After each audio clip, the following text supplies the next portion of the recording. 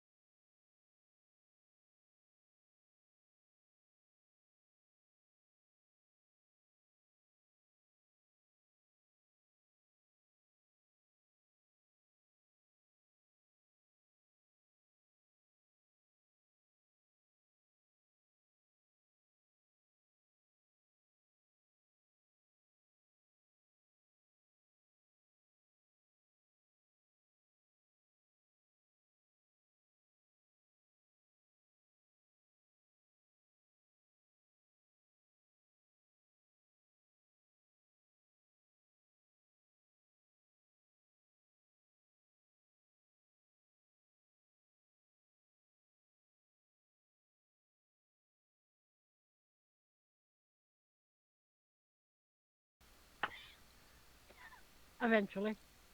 So Lucia, Already, we are at, this is Nycos, this is the Fellstone Chronicles. Today's episode, Our Feet Day, only because I was too lazy to actually write anything else useful. Not that the titles matter anyway, because you guys find ways to go in the directions that don't match the story anywho, so. It's like the story is where we go. Come on. I know Like it is. who's line anyway, you know? Exactly. The It's titles all don't about matter. the fun and the titles don't matter. Alrighty, so players introduce yourselves. Let's go Scott, Travis, Gene, and then Steven when he gets here. back. I am Scott Crandall. I play Xavier, the highly inquisitive pungent rogue who is, at this point, just somewhat wondering what the next Fellstone is going to do when it's placed now that we have it. But we have, well, I guess now that we have libraries, we have ways of figuring out where it may be placed, but I don't know that there's a library out here in the woods. Well, Well, you have what, 2 curses left to go? I thought it was don't 3, know. but I could Three? be I thought it wrong. was 6. Well, it was originally 6, but you've taken care of 3. Originally 7. Care of 3. That means 4 left. I'm not good at math, but I think that works out. Well, no, there'd only be 3 because there's one that is not 1. Well, there is 2 that's not 5. That's true. There's 17 that are not 4. Exactly. Yeah. I'm Valer, the Dragon Paladin. Nice. that's it. That's it. Why? That's it. I'm Mooncat Shadow Stalker. I'm a high elf ranger Yay. from the 5th iteration. Yes. Alrighty, so we are still in the veil of the cursed veil of Fulcrum. 2 curses, or maybe 3, or maybe 4, or who knows? Before the end of the valley. Okay. We have just, you guys are literally walking away from the burning crater that was the front yard, and the burning ruins which was the main house of the Yeah. hag's mansion. And the burning ruins that were the trees, and the burning ruins that was the lawn, and the burning ruins. I forgot all of those. I did mention the lawn. That was the first thing, the crater in the The front yard. the burning ruins that used to be that bird that traps people, and Oh, yeah. the Oh, you went all the way back and got that poor bird. He's been waiting for his callback moment, and you just kind of blurted out there. I was totally going to use that as the last thing, is that the bird that was singing cheerfully and. Poof. But okay. mm. Okay. All right.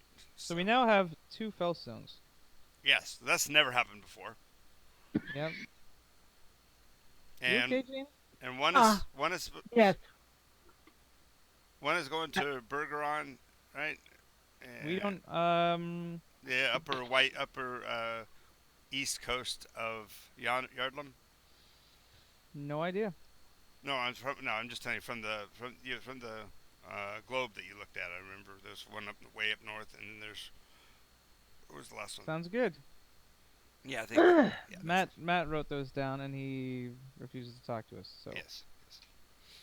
Alrighty. So anyway, that's the point you're headed for, which makes sense since it's north of the valley. Not, granted, it's a continent away, but that's never stopped us before.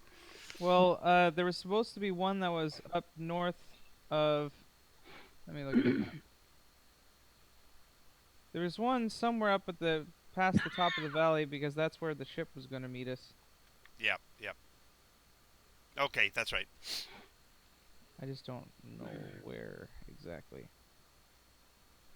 Alrighty. So. We're from Fulcrum, so it was somewhere in Bergeron. Oh, it was where the black circle of hexes are. That's right. In the mountains next to Bergeron. Yep. I don't know what that place is. But there's clearly like a circle of burned hexes around a mountain that seems important.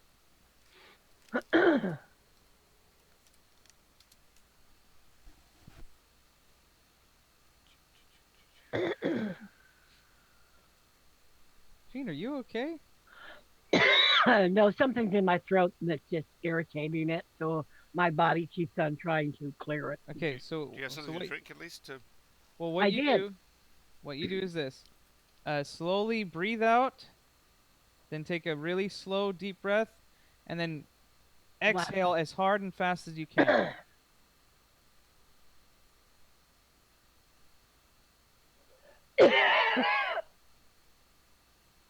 Well, we'll see how that works. Came out with a cough. Yeah, and then if you do that once or twice, it'll usually shake things up. Clear, whatever it is. The other thing is that if you keep exhaling as hard as you can until like even further past when you have no more air, it'll squeeze stuff out as well. Okay. Maybe I should get something more to drink, too. Ooh, I know. I think I need to eat something so maybe it will take it down. A cracker with. Right, oh diddly I day, cheery bye, let's go. Isn't that the wrong accent Don't you dare tell me what's the wrong accent. for Valère? No, that's the right accent. I know Valera's accent like the back of my pants. wow. You wear your pants in an interesting way. No, just Well, yeah, that just- tale's new. Yeah, just. Why didn't somebody tell me I had a fat ass? No, no, no. God, double hammed up on a Sunday afternoon and nobody told me? Look at that, I'm gorgeous. I need a mirror. No, that's 40 dice, 40 d6 of damage. You don't, Oh, dear Lord, you're right. you don't want a mirror. I would say I need a body of water, but that's even worse. Exactly. Um, Body of water, poof, you're the water elemental on the ground. Ah! You know what? None of us have leveled up in a really long time. We need to do something to level up. I think you just did. That's fair. That's fair. Yay. Oh, yay. I was gonna save it until we finished the valley, which was 2 more. But you're right. That one was an ordeal on its own. It took 2 weeks to finish, so sure. Yay. that would be 6,000. That's for the pillows right there. No, there you go. Exactly. Oh, thank you. You're welcome.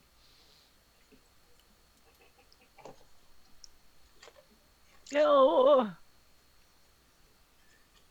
Okay. So Valère sprouts wings and he looking around, doesn't notice. I've arbitrarily decided that level 10 actually, we could role play this in a little bit further. That your armor's not fitting exactly appropriately. Keep rubbing on 2 spots in your back shoulders. I'm sure it's fine. Yeah, It's fine. Yeah, after 3 or 4 days, everybody else is saying, "Dude, what's going on back there?" There's like some blood leaking out underneath my armor. I'm fine. Valère, there is something definitely wrong with your back. What? And his It pants, looks very, very red. and his pants would be splitting too, because to justify the wings, you're going to have to be expanding in size again. Oh dear. Let me help you off with your armor. I was just joking about the wings, by the way. No, sorry, that's the way this works. That is how this works. I've been waiting for you to do that. Well, I did introduce myself as the dragon. I know. That was the trigger that I knew it was going to happen today. I just didn't know. You made it even easier for me. I don't know what. It's just like, wow, okay. I need a better word than paladin, though. Yeah. No. Because hard to that- say. I may. Well, Just- no. I'm just. I want to. It's a new thing. I'm not being a paladin, right? Well, yeah. How about champion or hero I see you more as Archon. an Avenger. or you Yeah. just switch it like Scott does and just put an honorative in front of it. Because he has an inquisitive rogue, you could do that. Just put something in front of dragon. The something paladin. The heroic or indomitable. Dragon champion. Yeah, Dragon hero. that's harder Yeah. to say for you with the role. Yeah. Hero? I would say Champion. heroic dragon. No, I mean like a title. Like a. If others were to say follow my class progression, Sure. Mm. Dragon Guardian, Dragon Knight, Dragon Protector, Dragon warden. There Dragon Babysitter. Why is that? Why is that a synonym of paladin? Internet. we go. What's a synonym for paladin? Babysitter? Babysitter. For any paladin has shepherd or group along the recalcitrant adventure. Well, Adventures in Babysitting, she was a hero, so. Dragon Superstar. Anyways, Does that mean I get to have Will Ferrell play you in the movie? no. Okay. Yes. Yes. You see, Scott gets it. Put Will Ferrell trying to do a Scottish accent as playing the part of Valer today. Good lord. He'd do better as Alabaster not. Yeah, he definitely would. How about Lord Protector? Eh. Anyways, that's not important. Right. I'm fine. I'm fine. Okay, so He- She Head- starts undoing your armor. heading. Whoa, whoa, whoa, whoa. Tail whips her hand, smacks it out of the way. She's trying to help her. Uh, She's attached, trying to help adjust the shoulder. That's all. Fine, fine. He takes Okay. off his top armor, the breastplate and pauldrons. Yes. You see his gorgeous, muscular, prismatic chest, like it's made And of diamonds. wings. I don't know. Well, Valer. You have some. You have then if they're not wings, you have some strange protuberances on your back. nice. Yes. Okay, very It's not a wild. tumor. Not a tumor. No, I've never seen a tumor have the fine Claw-like leather. hooks at the end of them. Yeah, claw-like hooks at the end of them, and a fine. I wish I had a dress made out of that wing material. Good lord, lady. He's not even dead yet. Um, Stop cutting him up until he's dead. Oh wait. Fine. There. So he's going to cut two seams into his Backplate. his plate that's made of Voka's scales, prismatic scale armor that he was given, Right. so that will fit over his wings. Yeah. I would say your natural armor will have increased by 2 as well. So I think your natural armor would be 15 now. Oh Oh. dear. So you're almost at the point where the armor is going to become irrelevant. Yeah, just use all your decks and add it to your armor. Well, because he's covered with dragon scale armor, but he's also covered with dragon scale. So Yeah. it isn't fully functional yet. He's not even to the size of young yet. So Blair, Aye. How far is this transformation going to go? I don't rightly know. Well, the wings do make it. And now that the wings are unencumbered, it also makes walking upright a little more difficult because the wings keep like instinctively folding out and stuff. So you'll be forced from time to time to drop to a knuckle on either side. You know, from the changes in your hips that are going to be going on too. I want to stay upright. Um, You're gonna figure fight out to some stay way. upright, right? Yep. You're gonna fight to stay upright, even though your hips are totally changing. Yep. You Thank you actually, for actually, I would say actually, Xavier would like honor that because that's like the way gorillas walk. Is their backs want to put them onto all fours, but yeah. they try But to they He stay. hold is their so he would identify with the whole staying upright thing because that's a struggle he kind of goes through too. yep. Aye. Well, At least in this form, he'll be able to do the heroic landing more uh, stably. true. That's true. So what's next? Where were we? Well, you were leaving. You left the house. The smoke behind you was dark and ominous, and We're it's proceeding to the next Chris. Sorry. that's okay. As you're heading farther north, there's a balefully black cloud ahead of you, and it seems odd because you're thinking, how did the fires behind us put a wall of smoke in front of us? But as you approach it, you do see that it's actually a storm eye wall. A black storm? Yes. Ooh. I think we Wow. found our next curse to deal with, eh? Quite possibly. It's a Black strong little veil. bastard to make a dense enough storm like that. Well, no, look at the color. It's black. Hey, it's Isn't a that strange? dense, not nice storm. Also, in the face of the eye wall, occasionally you'll see what looks to be a human face trying to push through it. That weird, creepy, plasticky effect when when the face forms and then pulls back. And Oh no, thank you. each time the face pushes outward, it's less distinct and more monstrous looking. It's as if something is being modified or transformed by the effect of whatever's ahead. Horrible. Ugh. Well, Furthermore, as you get closer, you notice to the left and the right, down what would be the ditches of the road that you're walking along, are uh, rivers of black. Looks like it's Like thick, black, like black paint. so almost like tar. It's a little more runny than tar.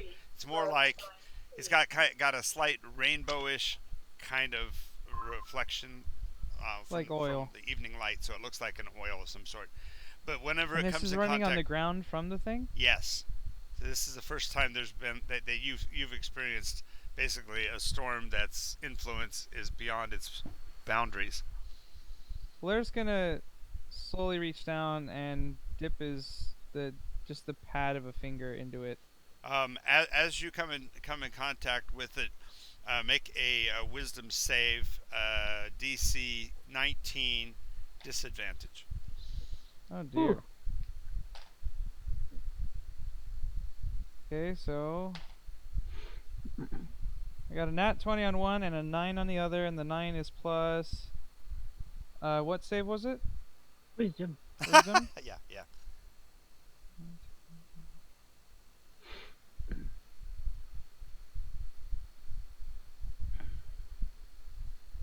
21 Ooh, you have a wonderful. Okay. with a 9, apparently with my new proficiency bonus. Oh, that's nice. Yep. So you put your finger in it. It just stains the pad of your claw there black, down to the point where the structure of the paw of the pad of the finger itself, the raised portions are still black. So even if you wipe against it, it's still going to be. It's like it's been stained.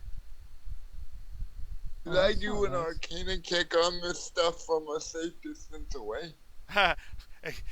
Ex- He's doing investigation from over there. Go ahead and make a have save Valere save. 19, withdraw. 19 save, but this you just won't get stained. 19 save. Um, that would be a wisdom. So no, I got a 3. Okay. Um, you are terrorized. You take off running down the valley as fast as you can go. At the end of next round, you'll be able to make a saving throw, but for at least 60 feet, you're running away. Good Okay. Lord, man. What are you doing? Just in sheer terror. The look in his face looks like somebody killed his mother. Oof. There's a combination of rage and fear as he goes roaring away down the roadway. Okay.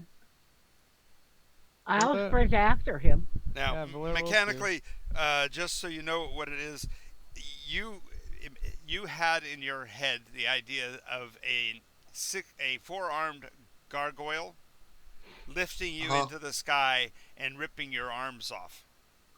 Oh, so flying Goro. Okay. The Goro? No, Goro. Gorog? Is that the one from Mortal Kombat? Yes. Yeah, that's what he's talking about. Yeah, a flying one of those. That is actually quite terrifying. Thank you. Moonshadow will catch up to you by the end of the. So at the beginning of next round, you actually make your save. So go ahead and make your save a little bit early because she got to you. 19. Yeah, there you go. So you come back to your senses, and Mooncat's got you by the arm. You almost want to strike her though, because you feel like she is the creature. There he is. There's Tomato. Quickly introduce yourself, Tomato. I am Tomato, and this is my Jack. Wow, he keeps saying that it's going to happen. He needs to not say that, guys. Yeah, My hound, Battle Hound, sorry. I'm not gonna say anything. Battle Yeah, Hound. exactly. You've learned. you learned your lesson. And I am a wild sorcerer. Okay, so you'll really like this. The roadway ahead of you has got a black, boiling cloud from the ground to God knows how tall. Into the face of the cloud from time to time will press a face, like someone is trying to escape from the storm. Only each time, and it's monstrously tall. It's like 30-foot tall face trying to push through, and each time the face is less mortal looking and more amorphous. The shape and edges of the face seem to be losing identity. Along the roadway on the left hand and right hand side, there is a black viscous fluid, basically the same consistency as oil, but jet Hey John, black. your fan's getting pretty loud. Okay, sorry. No worries.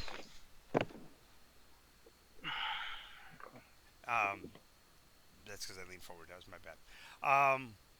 But anyway, the black liquid is running down from the edge of the storm.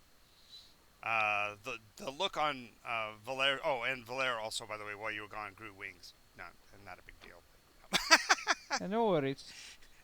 He took off Oh, his yeah, I always had a he wing. took off his shirt. Realized that he's got wings sprouting on his back, so he had to modify his armor. So he spent the better half of the morning adjusting the armor so he could wear it. Yeah, while we walked. I always thought he had wings. He hadn't had wings yet? See, people were Just wishing airwalks. for it, and he was clicking his fingers, going, I believe," and now you've got wings. There you go. Whatever this black stuff is, Valere touched it, and it stained his claw, but Xavier just studied it for a few seconds and started screaming, "No, no," and ran back down the mountainside in terror. Interesting. That's awesome. What's that? I wish I would have looked at what I leveled up before that. Because I now have a aura of courage. People cannot be frightened within 10 feet of me. Yeah, actually, I can just see that. You turn it on right as he's running. Wait! And It when would you be say, really great if I could help you. yeah, Oh, you yell wait, and everybody else in the party goes, no, we're fine. What's wrong? And there goes Xavier running away. Yeah, great. yeah. Uh, uh. Do, okay, if I come back, I would advise against touching that stuff. It can cause, I guess, hallucinations. Oh, is that why he has wings? No. That's for real. Yeah, that is not a hallucination, but that stuff will play with your mind. Yeah. He said that stuff will play with your mind. I said, oh yeah. Oh, yeah. Hmm. Burn it. Um, We don't know its nature. Oh, it's liquid. Yeah. The Let's liquid. It's like see. Ahead of you, the clouds are the dark clouds are occlude all the way to the ground because it is raining inside the cloud. And as you approach, as you it's get raining. closer, you can definitely discern that the rain is black. This is humidity, moisture, actually just escaping a storm. Darkness escaping a storm, if you will. Blair takes out a straw. Dare you? I dare you. I can't say that I'd relish the opportunity to see where this goes. hmm. Can someone like purify it, or oh no, what, is it? Is this is evil? Well, it's probably evil, honestly. Oh, I I'd don't know, say so. Wild Mage. What do you think? What do you want to try? Hmm. Purify water. Oh, no, it's not good. uh, I want to try to clear the skies, honestly. No, it's a storm. Oh, it's a regular. It's one of those storms. Oh, I thought it was like a raining cloud storm. Okay, It never is a mind. raining cloud storm, but it's raining blackness.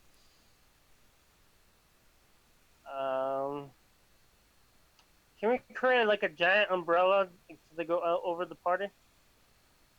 Like an actual umbrella that has like polka dots, and it like Go ahead and roll your percentage dice. polka dots. I feel like cartoonish should be nice. A little cartoon would be nice.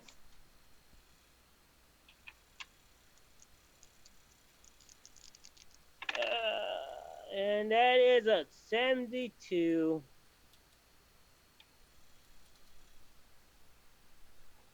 So, how do we get into this place without getting touched by the rain?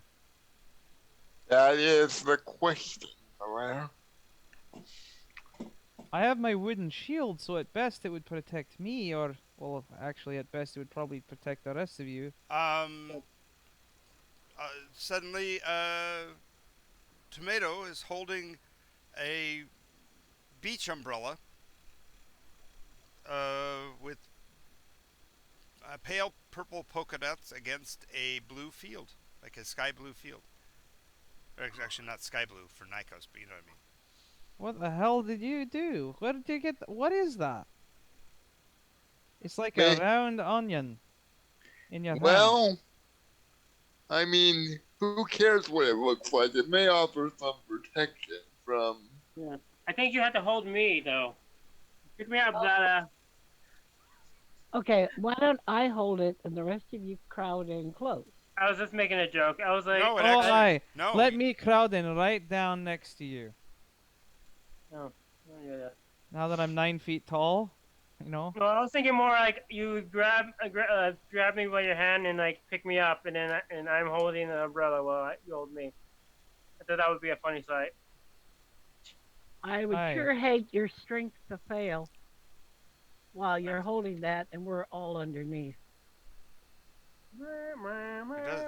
Actually, he kind of does like a parade maneuver with it, rotating it and spinning it. Since it's a magical device that he created, he can manipulate and control it. Okay. Oh, Valère will pick him up and put him on his shoulders. All right. And with that coverage, everyone can be within the circle of this uh, beach umbrella, basically. All right. Hey, stay close, I suppose. Yep. So Now, you huddle close together and start moving towards the cloud. yeah. Even How high e- is this cloud? Do we how need high? to? Well, Yeah. it's over 30,000 feet to the top.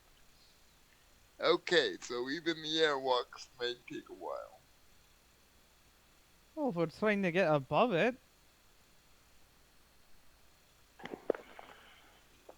uh, is there a lot of it running on the ground? Like, are we Yeah, worried yeah. about our feet touching it? It's spreading out in all directions. In some places, it's much more quickly moving because of the actual curvature of the terrain. So the blackness is following physical rules of gravitation. So it's not uniformly spreading out, but it is slowly creeping down the face of of the mountain. And Well, I mean, as it does so, the rain is able to strike the places where that is. So even where you were before, when you first found it, you can see spatters and bits of blackness dripping and, as the wind blows it off of that course on the way down. well, I mean, as we head into the storm and we're protected by the umbrella, what's to stop our feet from walking into this stuff? There is nothing that will stop your feet from walking in this because all it's doing is preventing it from hitting you directly on the down path. You Yeah. didn't notice. You'll notice that before you step in it that it is Right. doing that. That it's you're not only that, but as you across the threshold with the very edge of the parasol, the black rain actually changes course and falls away without actually ever touching the umbrella itself. Wait, like it's alive? No, like it's almost like your umbrella is covered with Scotch Guard or something. It's just Oh, okay. Really thick Scotch guard, yes, like an inch of it. yeah, something like that. Well, I suppose I could airwalk. Xavier could airwalk. Stephen, I mean, tomatoes on my shoulders. And Jack. Uh, Oh, pick what up about? Jack. Pick up Jack. I can't carry Jack the whole way. Right. No, Remember, Jack he's a warhound, so he's a big dog. He's not a. I mean, I'm very strong. I could, but then I Well, couldn't. Never mind. He'd have to use. I'll hold on to him. I'll hold on to his collar and keep him close. No, no, Oh. no. We're trying to figure out how we don't walk on the black ichor. Right. Oh, Because your feet will be Ooh. stepping into the blackness if you walk across that line. You have to be already carried by Xavier. Yeah, He's got I airwalks. can. okay. You could order Jack to Uh, stay. can no, never mind. I was Um, trying to say feather fall maybe, but never mind. That doesn't work that way. There Yeah. is an option. You haven't read the spell list completely, or else you'd be aware of it. Something called Tensor's Disc. Tensor's disc? Tensor's floating disc. Now, normally you can't carry living items, but you are a wild mage, so we can try to. You can at least try it.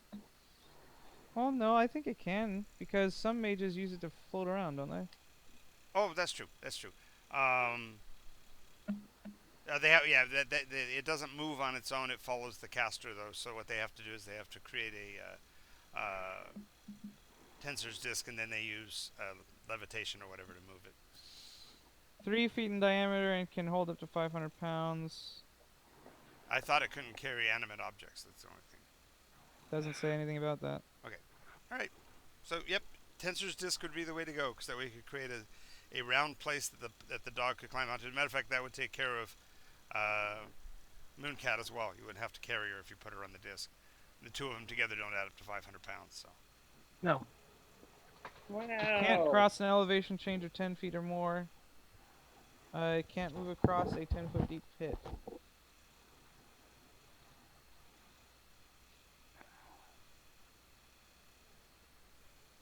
Sounds like a reasonable alternative. So go ahead and roll your table again, since you're so close to such a powerful magic source. It lasts for 1 hour. That may be of an issue, but Well, hopefully you'll find 65. 50 65. 65.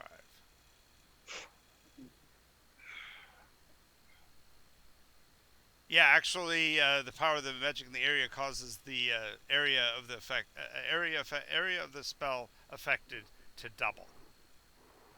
So the entire group could actually ride on the thing. He's created virtually a magical. Matter of fact, I can imagine it's actually one of the spots from the parasol. He pulls it down from the inside and tosses it on the ground, and all of a sudden it's a 20-foot diameter circle. So you could actually Okay, huddle Willy down. Wonka. What's that? Okay, Willy Wonka. It just said it doubled. It's like, yeah, that works. That's kind of cool. 60-foot circle. Okay, let's get on it. Okay. All right, I'm good with that. Do Yeah, we sing the song now? It would only be like a 40-foot circle. yeah, that's what I because- meant to say. A 20-foot diameter is what I said. So 40-foot circle. So. No, I said Do we 20-foot sing the diameter. song now? 20-foot diameter. I said it right. No, it's a 30-foot circle. The original is 30 feet. Yes. Ah, okay. So you didn't have to No, double here, in let me size. look. Has twice the duration. Yeah, there we go. I can do that with it. We can make it the doubles in durations. Therefore, it's a. Sorry, no. What the hell am I saying? It's 3 feet in diameter. What the hell? That's what I was God. gonna. Okay, yeah, okay. It's a 20-foot range. My bad. I was like, wait a minute. Okay, I'm confused am on I- what's happening here. we're just I had clarifying. such a huge brain fart right there. Yeah, My he bad. just read the spell wrong. So as I said, it's about. I'm going to grant it a size of 20 feet diameter. So Well, it's 10 way feet oversized. more than enough. Way oversized, so everybody can ride on it if you want. Okay. Like the size of a room. Mm-hmm. Oh, that's a big room, 20 foot by 20. Right, but the foot. umbrella's only going to cover the first, 10, 15 feet of it. So you'll have to like sit on the leading edge, keep inside the white. Fortunately, it's not really like a carpet, or else it would pool around your butt, and that would be gross. Yeah. Ugh. Okay, so we'll get on the disc. All right, so now you're hovering on the disc, and you do know you'll have to cast it again within an hour to keep the spell going, but it's a wild magic spell, so we don't know what'll happen next time. So hopefully you'll find cover within an hour. Yeah. So as you Oh, as you cross into the blackness, the Hi. first 10 feet of it, looking into it, it's like looking out of a window in the Philippines during a monsoon. The water's coming down the blackness is coming down so hard that you can't see more than 4 or 5 feet in front of your face. But as you cross that threshold and enter the space, the first thing to assail you is the horrible smell of rotting flesh. All Gee, around you. Thanks, BP. Yeah, no problem. All the way around on the ground in every direction from you are the remains and bits and pieces of dead bodies. It looks like there's been a war going here for quite a while. They're wearing tabards and such, indicating that it's a uniform military operation. These guys are in some form of uniform, but the black liquid has just covered everything. So it's a scene of, I guess you'd have to say it's a really terrible scene. Hmm. Uh, Uh, gag me with the spoon. Well, the aroma is close to that already. So bones are sticking up at weird angles as people fell against the bodies of the dead beneath them, and it looks like the bodies are probably even in certain places 2 and 3 deep. Yeah. That's horrible. You hear about despite the incredible roar of the rainfall, you hear the sounds of battle ahead. Weapons crashing against shields, the thuds and groans of people being hacked and torn by fighting ahead of you.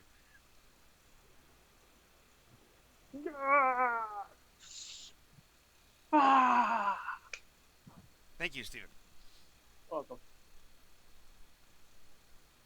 Actually, Oh. no, that was actually just Tomato on the back doing his exercises, stretching. And you thought it was a sound of death, but no, it's Tomato getting ready for battle, Sounds about right. popping his knuckles and popping his neck, getting ready to go. Are we moving forward? Are we continuing forward, or are we hesitating? It's up to Uh, Well, you. You're the leader on this one, Tomato. I why can't can move the, this thing. Yep. Forward! Forward. Okay. Pressing ahead, you see through the darkness. You can see two things. One is that the rate of the rainfall as you move forward seems to be reducing somewhat. And second of all, there is a pale glow of ambient light ahead of you through the dark. Uh, it's coming from what looks like a stone overhang ahead of you. The mountain looming closer than you could have noticed before. And whatever this is, there's the light is coming from something in the underhang. okay. Whenever I make stops in the conversation, in this case, Tomato needs to tell me what we're doing because we're just going to be able to describe what you can see, and if you don't, then I'm just going to keep describing the foulness of this battle zone. So, if the longer you want to keep hearing about this, I suppose we could sit here all Look afternoon. at the bones! Exactly. Look at the bones. I want to keep on going to where it's not raining so Okay. much. Honestly, like Okay. where it's getting. Yep. So it's clear that the brilliance of the light from the overhang, there is a place where there is shelter from the rain, and it appears there is somebody fighting to defend themselves in that space. From what? From the seems like from here you don't see anything that they're fighting against. You just can make out the sounds of battle and that light through the rain. Well, Valaire's Okay. gonna take out his shield and stand in front of the party. Yeah, I take my bow out and have it ready. Okay. In case we're- So as you come closer to the area, you see a gentleman dressed in the finest shimmering samite and holding aloft a blade, and the blade glows with the light of the sun, and he's striking out against something. It looks like he's only swinging into the rain, but as the blade passes out into the darkness itself, number one, it's not being contacted by the rain, but instead you see it falling into the flesh of some sort of being that you physically can't see. Nonetheless, it is reflected in that light against the raindrops.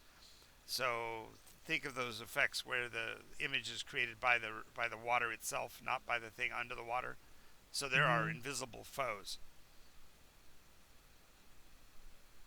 Okay. right. All right, A that's pretty. memento. I wonder if the rain will outline them enough to give me a a target. I think they're made from the rain. Oh, Let me see what I have in my bag of tricks. your bag of tricks. Okay, so you make it to the edge of the space. You do notice that where he's standing is free of the blackness. That the slope of the ground away from the entrance is causing the black rainfall to not come into the area. Beside him, in his shadow, is a second figure. Um, it's a halfling or possibly a gnome. Little the nose is not as big as a gnome's nose, but it's a little turned up at the end. And the curly-headed individual is is throwing You want using a another? sling stones Yeah, just give me the. into the rain himself. Okay. Just as a reminder, remember all of us are wearing rings of friendship that as long as we're within 10 feet of each other, grant us flank when we're working together. Yep. Um, let's see. We have a ring of protection +2. Has anyone used that one? I don't have it. I don't have anything like that. I don't have anything like that either. Okay, who has the lowest AC? Me? I I have. am. Just everybody state Chainmail. your armor class. It's the easiest way to do that. Just state what your armor class is.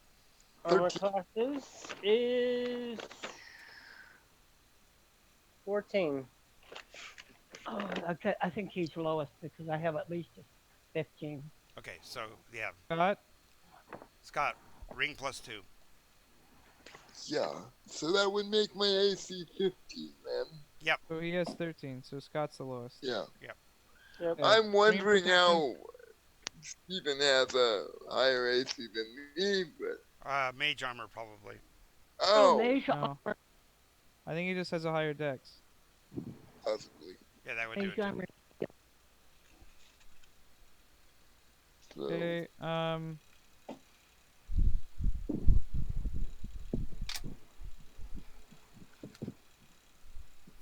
Interpose, hand, pass wall, teleport, greater dispel, ethereal jaunt.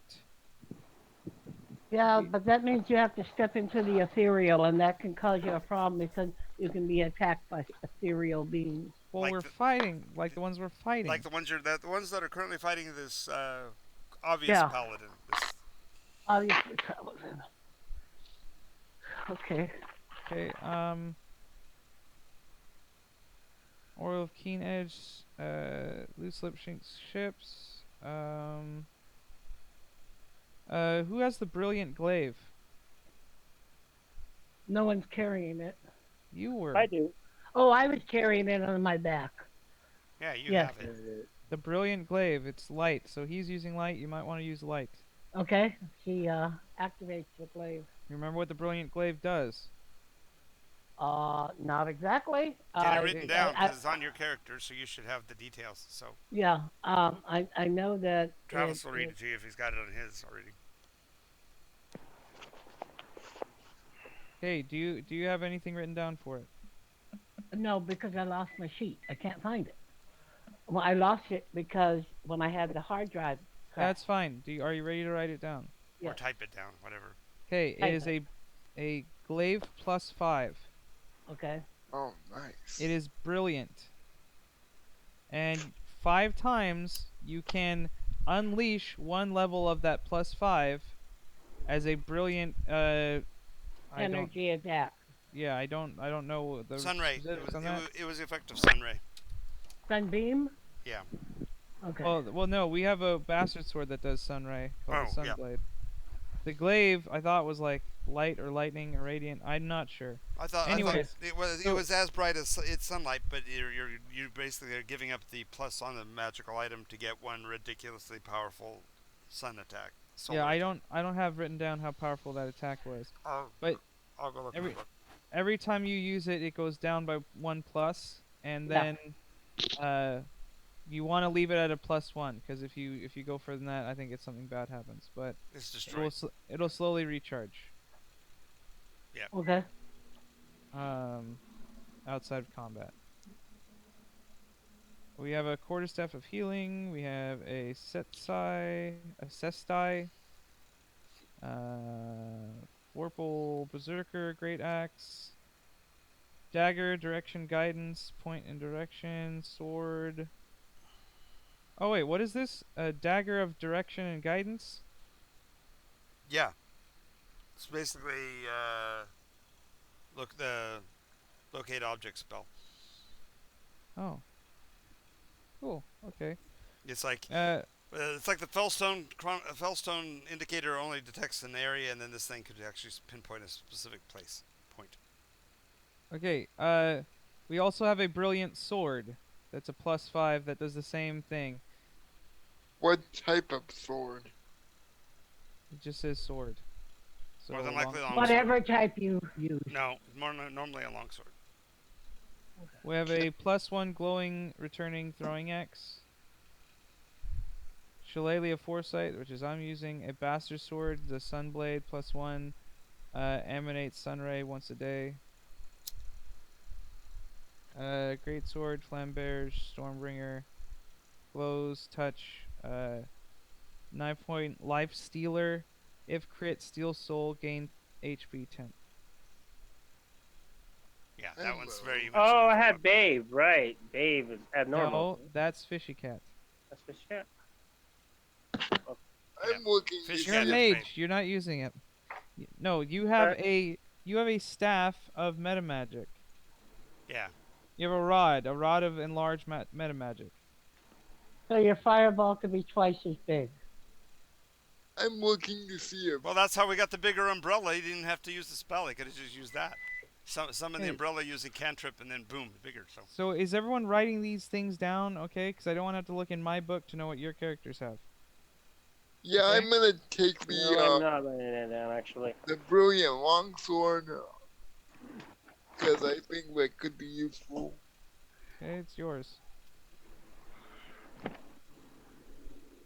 It does the roll down from +5 to down. yeah, you can Yeah. burn off for the sunray effect. I'm holding on the Flamberge, the Soul Stealer, and the Vorpal I'm Berserker. assuming Rose can use longswords, but Yes, yes. Yeah. This is in an aside to make sure that we are all properly prepared. let me just get my pencil.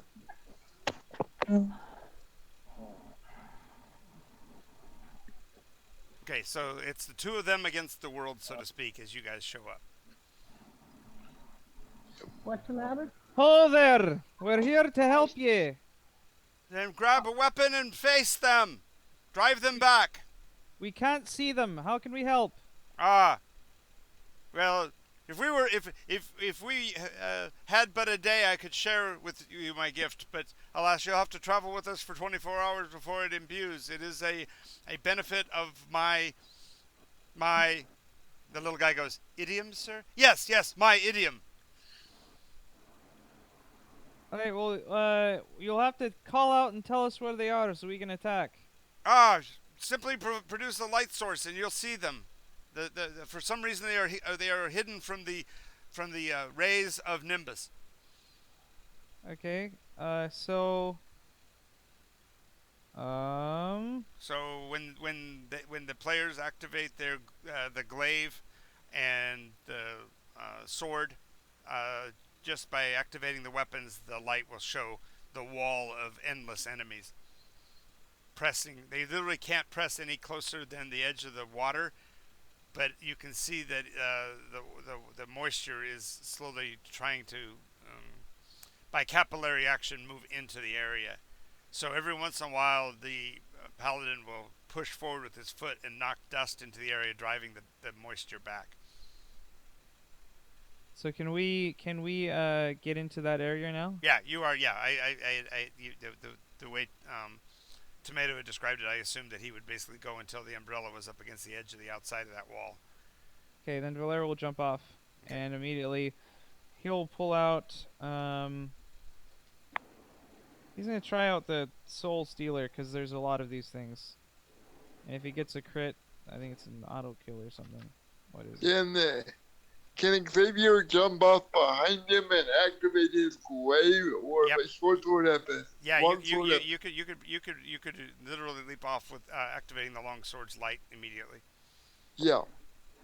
I don't have written what plus this greatsword is. I have a 9 life stealer. Yes, and when you pull that out, the gentleman in white turns and says, do not offer them such a prize. Return that to its sheath or destroy it. That weapon will not will not avail you here. Sounds fair.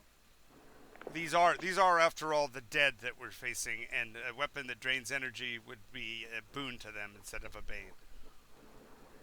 Okay. Then he will pull out.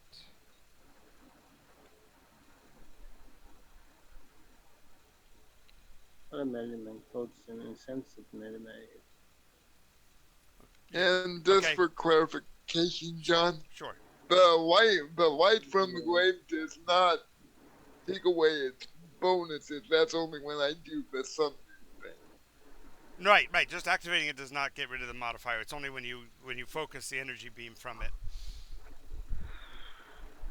As long as you're just swinging it like a sword, it is a sword that is casting light. A captain may also use one.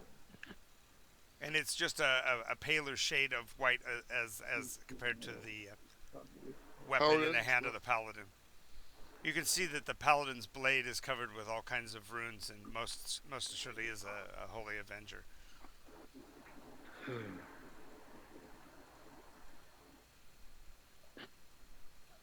Okay, so as everybody enters the fray, what are they equipped with? I know that I got Gene has the glaive, um, Xavier has the sword. Uh, you brought out the staff of meta magic. Is that what you're pulling out? Yeah. Okay. Uh, well, Jack goes to the back of the cave and is back of the outcropping. There is a tunnel that leads into the depths behind, and he stands alerting to the back as if there might be something down there as well. what do you know? Oh. What damage Frogrock was? Fragrock is 2d6 Okay. plus a d6 of frost damage. Okay, so that's Longsword is a D8 Yes, plus my 3d6 if I get this. yes, but the longsword can be used two-handed and goes up to a d12.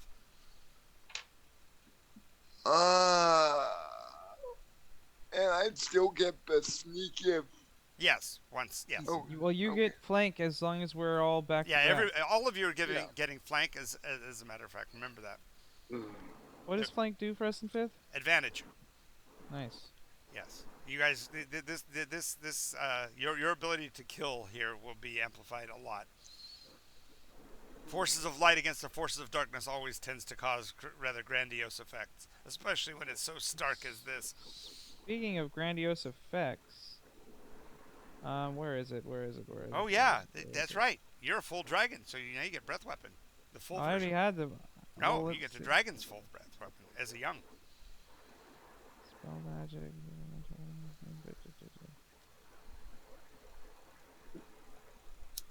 Of course, you will have the problem that you're taking up about a third of the space inside the room by yourself now.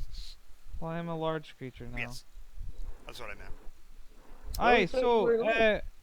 what's better, radiant damage or light? Or he says, well, radiant, obviously, in this case. Pure light itself doesn't really affect them; it just allows you to see them. Okay. So then he's going to activate Spirit Guardians. Oh, great! The little snow So- lens. The little snow lens appear.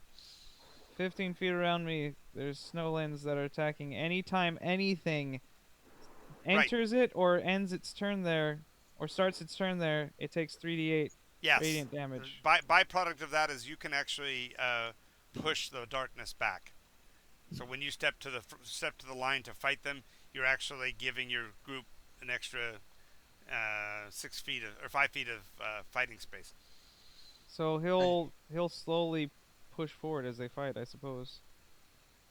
Well, if you push too far out there, you would become just a tiny sphere of white in the darkness. So you wouldn't want to do that. But Right. But you And can so- literally walk the edge of the battlefield, pushing the darkness back, so it doesn't encroach any further. That's the main Right. thing. You'll be able to enhance the effect that the paladin is having on driving back evil.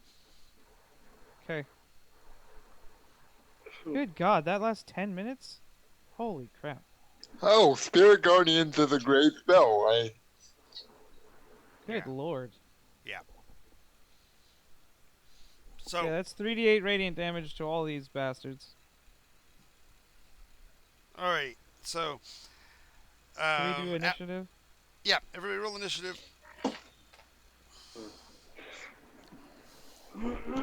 21. Nice, good old high initiative.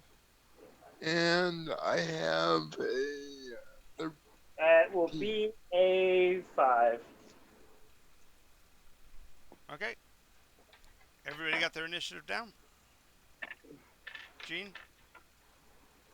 She made a step. 12 12. total. All right.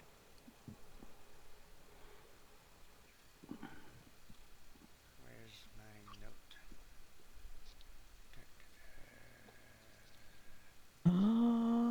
Oh my god, I'm so powerful right now. Wow, I can just see him The stopping. one feat that I've taken is Sentinel, which means that any creature within reach takes opportunity attack from me if it attacks anyone else other than me. Right? Oh, So if any of you get attacked because we're in such close quarters, they're taking a whack from me. Or the other guy, the paladin. If he's a Sentinel as well.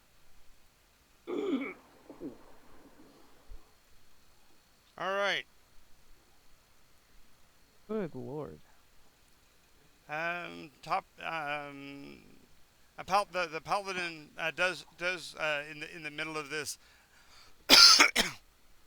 with as much decorousness as he can afford, given the condition, does announce himself as Sir Bedimir, the Sentinel of whatever what is the name of the area before Camelot? the Sentinel of Sentinel of the South, because he works in an area known as Southron. Okay. I said to meet you. I'm Valer. And I'm killing myself here. I just said his name and I can't remember what I said. Sir Bedimir. That's right. Bedimir. Sir, not appearing in this film. No, he was a little farther down on the list, but yes, Sir Bedimir, Sentinel of the South. That's right. Alongside him is his faithful associate Patsy, a halfling. He gets blamed for a lot of things. He does. He takes the fall. Of course, he's got natural dex and is a gymnast, so taking the fall for him is rather humorous. Except when it hits his humorous. Exactly. Then it makes him laugh because that's his funny bone. Boom, boom. Righto.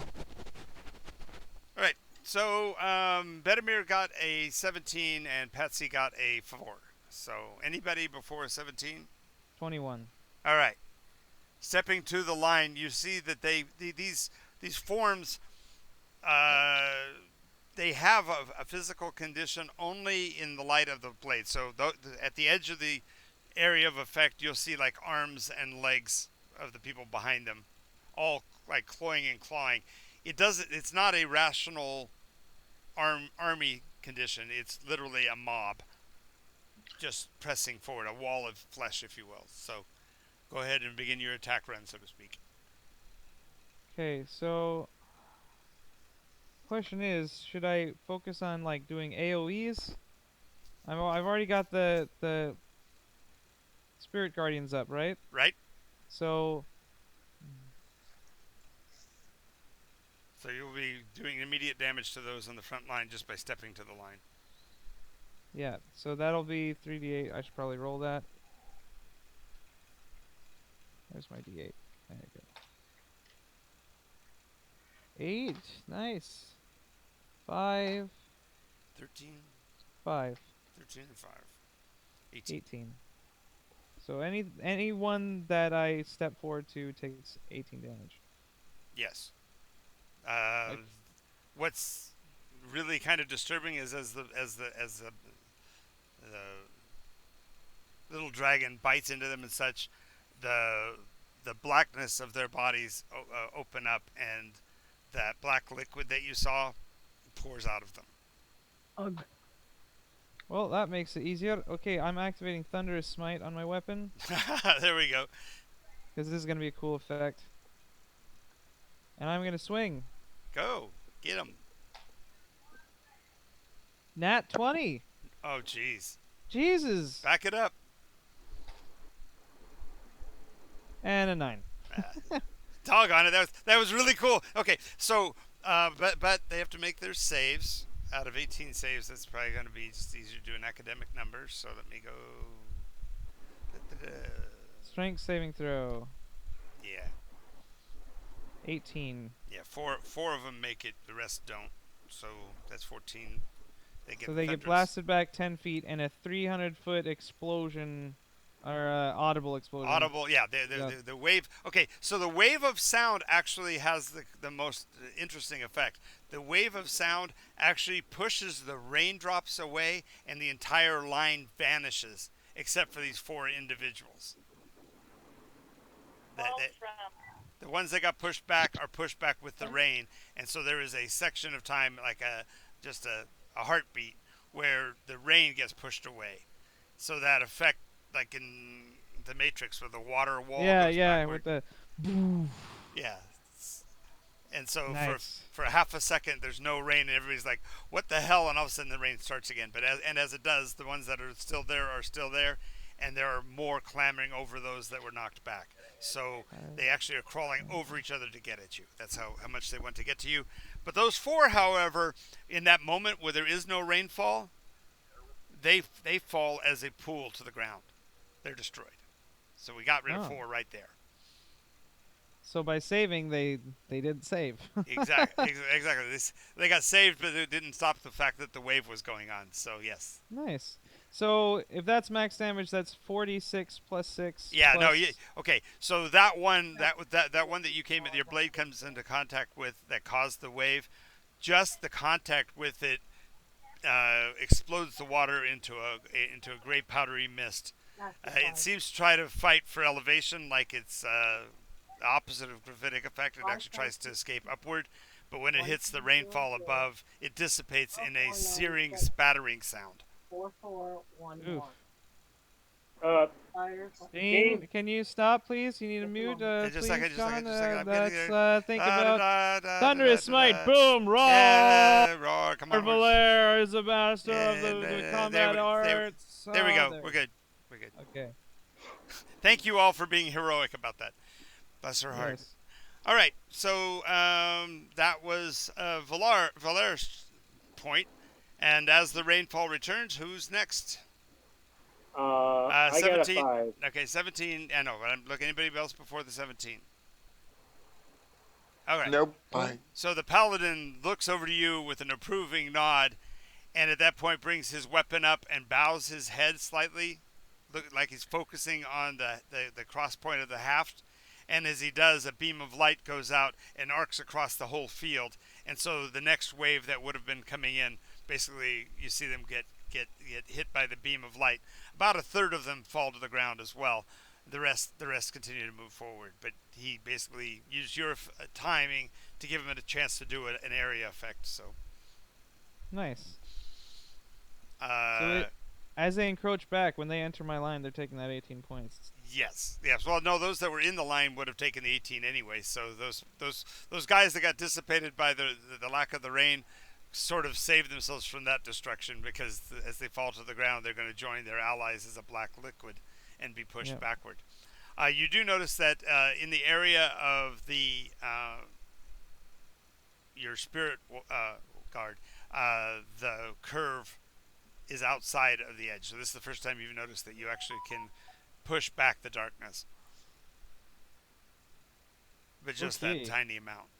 And it took all of the round to basically push the black water backwards, and it kind of froths in the dust below. After his action, the next I have is a 7. So anybody between a 15 and a 7. So I got a 13. That would include you. What's your action?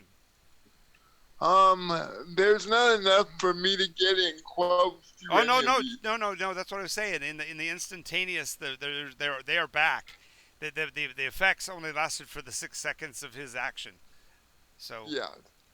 So I'm gonna go on one and two-hand it with my new nice Chinese. new shiny sword, glowing sword. Yeah. Now, for clarification, this does not do radiant damage, correct? Not by itself unless you use the radiant effect. As it is, It gives you a +5, so that's gonna be a +5 to damage as well. So that's still pretty hefty. So +7 to hit with advantage. That would be a 23 to hit. Yeah, you couldn't possibly miss almost with those modifiers. You're not gonna have. It's gonna be really hard for you to miss. And then D12 plus 3d6, because this is the first time I've attacked, so I get sneak because we have constant flank. Nice. Wow, Yeah. that's gross. Oh my god. We are synergistic as hell today. Yeah, that's nasty. God. Plus, I think this is the first time Xavier's been in a heated fight in his entire life. He may find he likes this. 13 points of damage. No, did you include the +5? Oh, no, I didn't. Okay, so 18 points of damage. You dispatch one of the ones that was you dispatched one. There's a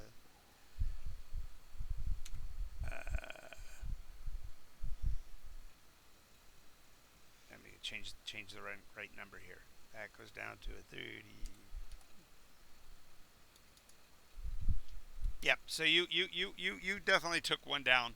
Um, as you hit it again, the gray powdery substance, but because the rain is falling so hard, it's almost immediately driven to the ground. So on the ground, you see a little place where the grayish particles and the blackness themselves seem to be fighting at the almost at the molecular level.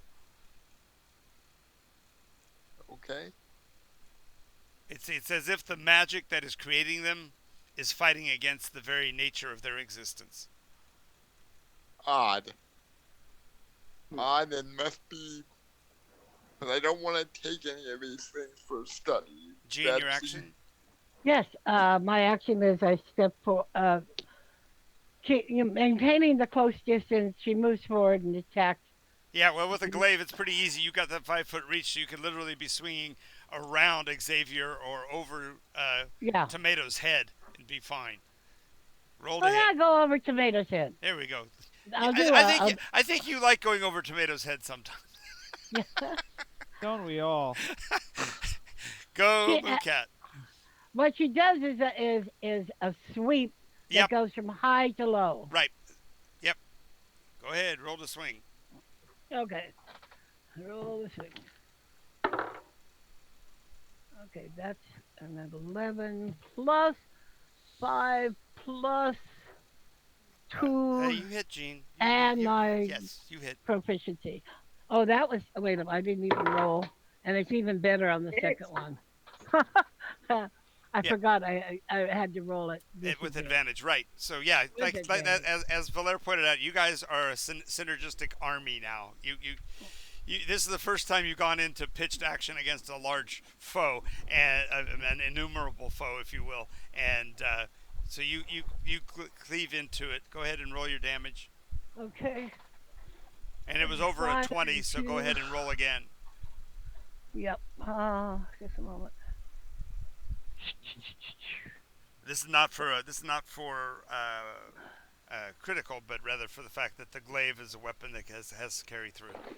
Yeah. Absolutely. So you want me to roll again on the d20? Yeah. Okay. Or I wonder second if- roll won't be with advantage, just the first one. Oh, I rolled. Let's see. That was a 10, but I still have the same bonuses. You're gonna Three. hit. You're gonna hit. 3 plus 5 plus. So roll your damage and count it against both targets. Okay, I'd do a D8. I could have had a D8. Ha ha ha ha. She loves saying that. She really does love I saying that. could have a D8. I wonder if there's we could do a ramp mechanic for slicing through stuff like this. Okay, that was a Oh, good that's crit. a good That idea. was That's a good idea, and I think it can be done simply. You got to 5 roll plus 2. on the next roll. It has to be higher than the one before. Yeah. 8 plus 5 plus That's 2. that's a 5% ramp right there. And if you Yeah, succeed 8 there, plus you can 5 try plus again. 2. Yeah, that works. 15 points of damage on the first one. Okay. On that one. Yeah. So and then on the second one, which was a hit, that's a 5 plus 5 plus 2. 12 points of damage. wow, you took down 2 of them. Yeah. So in the future, we're experimenting here, but on a attack against multiple foes with a weapon that has carry through, on the first roll, whatever you roll becomes the ramp point. So that your next attack against the second target has to be 1 higher than that. Okay. And if you succeed at that, you can roll into the third. What this will do is that if you do a magnanimously gratuitous 20 crit, means you're really, really slamming the first guy, and all the energy of the weapon gets dissipated. So Well, you it was can't. like you did a top-down attack or something. Right. So there's no way to go into a second one. But if you roll even, let's say, a 17 to hit, and then next time you have to roll an 18, it's actually against the actual die roll. So with a moderately low roll, you could actually go through 3 or 4 targets. Mm-hmm. That'll be fun. That'll make it much more fun for these bigger battles, and I think to make things a little faster since I'm still using the 3 strikes rule here. So. Yep. Alrighty, so yeah, you slashed into 2 of them really hard, and you did kill one of them because it was one of the ones that was under the thunder wave blast a minute ago. It's Steven's action. No, it's Patsy's action, and Pansy takes another sling. And where's my die roller? Come back here. Fancy. Patsy. Pantsies. Fancy Pansy. No, he keeps saying no. It's Patsy with a T. No hey, don't N get in your there. pantsies in a bunch. No! Oh, stop it! Stop it! He says. This Even is as he's gonna laughing, be. he's a bit orange veil, so he's okay with the laughter part of it. But it's like, darn it, that was not what I came up with. Damn it. You can tell us later. We'll enjoy it.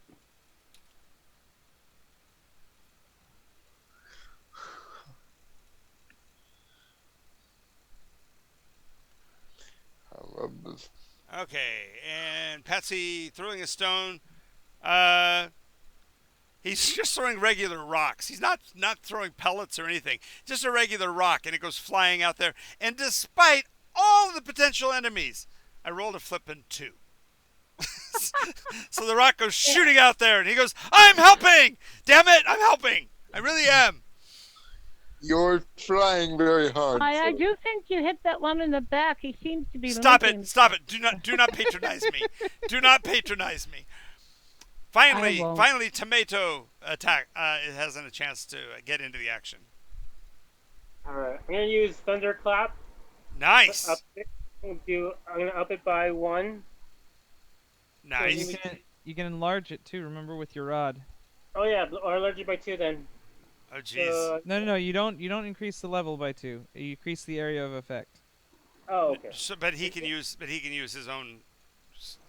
He can level. He can power it up by his mage ability and then double it.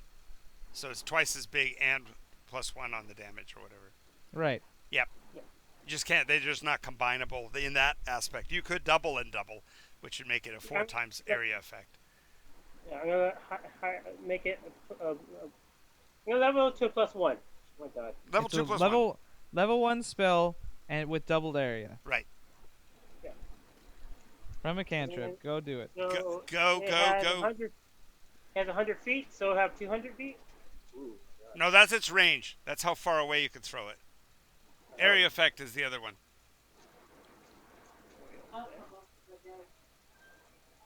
Oh, 5 feet. So big. Yeah. So 10 feet of area plus the damage and +1. That'll be 6. Apparently. You get it's with advantage. So roll again. Hold up. Oh no! It's area effect. He doesn't have to worry about that. That saves. That's right. I think he misread it. Just give me a second. Let me look at it. Okay. Okay, so you create a burst of thunderous sound that can be heard up to 100 feet away. Each creature within range other than you must succeed on a Constitution saving throw or be take deafened. 1d6 damage. Okay, so it's going to be a D. It's going to be a D6. It'd be a D6 plus a D6 plus 1. So 2d6 plus 1. Since he's casting it as a first level. What level are you, Steven?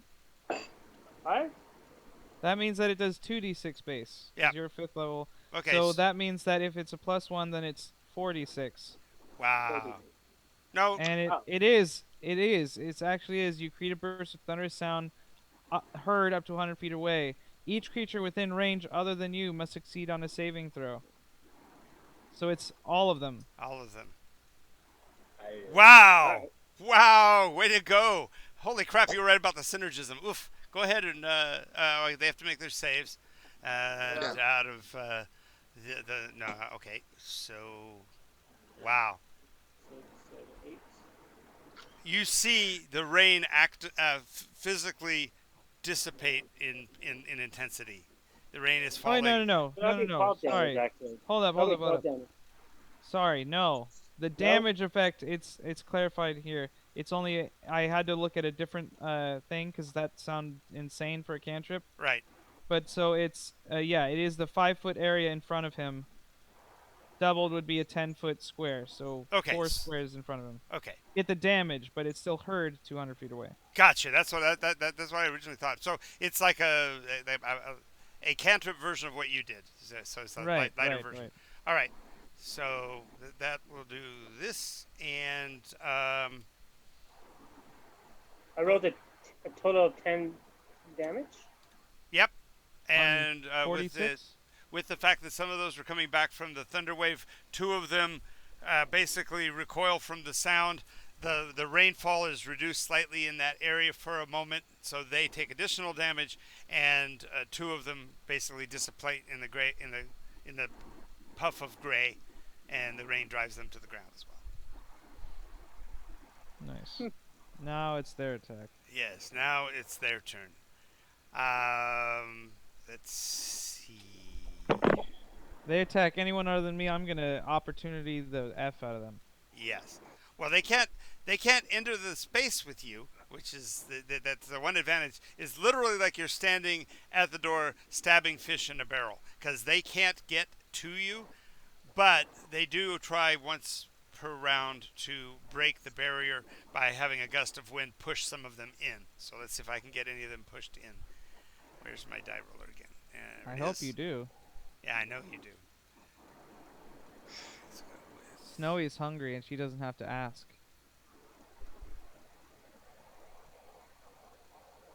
Okay, so it's really kind of interesting. They apparently don't like being shoved, but the mass of the cloud, which is actually actively the force that's causing this effect, drives them forward. So the one guy, the one of the blackened soldiers, as he comes into the space with you, for half a second you see a shimmer of life inside of the like there's clothing and a person inside of the blackness, and the black of his eyes goes comes back to like normalcy just for half a second as the effect of your wall finishes him off. So he actually The steps Spirit in. Guardian. Yeah, the spirit guardian Snowy gets So he hurt. looks like a person just before Snowy tears his black throat out. Well, it's like he was struggling to be again, trying to get free of whatever the magic was that had held him in this other realm. So she basically releases him, so to speak, as she tears into him. So it makes you Lovely. realize there is somebody using a very baleful force, using innocence, if you will. Back to the top of the order, because that's all they could effectively do, because they can't get in. The water does seep back into the stone along the edge, so you're going to have to pull the same routine you did earlier to blow them back. Valera's gonna to yell to the paladin. What's the source of the fell magic? He says, I came up here to recover my warhorse, and I will not leave until I have accomplished that. The fact that I, as a power of great goodness, came here seems to have activated these defenses. Aye, but where is it coming from? If we attack at its heart, then these things stop, because right now nothing's gonna stop this many. I don't care how many countless thousands I have to cut down. Paragor will be free. Um, Paragor, well. my steed. hey, Jack has been barking at the cave for a while now. Yeah, he has been. Might want to look there. Yep. What's in the cave? I do not know. I have been here for I don't know how long fighting against these forces. I found that I can take respite towards the back for a few hours each day to perform the rituals and to speak to my benefactor, and then I can return to the battle again. I also have found that I have no need for food, which is quite fascinating, indicating that the powers of the universe are sustaining me. Sustaining you. In other words, he's caught in the storm and doesn't realize it's the storm. Yeah. Anyway, so Valera's gonna call down a Nimbus beam to try to break the cloud. Nice. All right, so you already have your area effect, so stepping forward to get to where you can get a good clean look in the sky to pull down the beam does push them back in your small area again, as usual. There's some shrieking and She moves with additional you damage. so that she can protect you while, if anything tries to close. Yes, just the incidental damage does kill another one as you step forward. So now it's a 40-foot cylinder, 40-foot high cylinder with a 5-foot radius. There's 2d10 radiant damage, and I can move it. Cool. I remember when Allie first cast this spell, she thought it came in laying down. So she was mowing people down in 40-foot swaths. It's like, no, that's not how that spell works. She thought it was like a heavenly log roll. Nice. I'm gonna try to sweep it though. I'm gonna try to do its movement speed and try to move it along. Summoning it is Yeah, I separate. won't be able to move it till next time. Right. So go ahead and do your. What's the damage that it does? 2d10. Okay. Go ahead and roll the damage. Percentile. What's that? 8 damage. 8 damage. That's enough though. So two more go down in the beam. Also, Okay. where the beam hits the ground, it froths like the other does and leaves a gray powder, where it actually cleansed the darkness completely from that space. Oh, And no. Xavier wants to continue the fight, but Wait, he also I just wants. thought of something cool. Could Well, you use the? Oh, sorry. Just wait till your turn, Stephen. We are on. That was. It's Bedimir's turn. Not to be outdone, and you actually can see Bedimir. There's like a bristle. It's almost like, oh God, we got another one. My God is greater than your God, kind of thing. He steps forward, and he holds his sword aloft in front of him, and puts his hand out, and a ray beam of light goes straight ahead.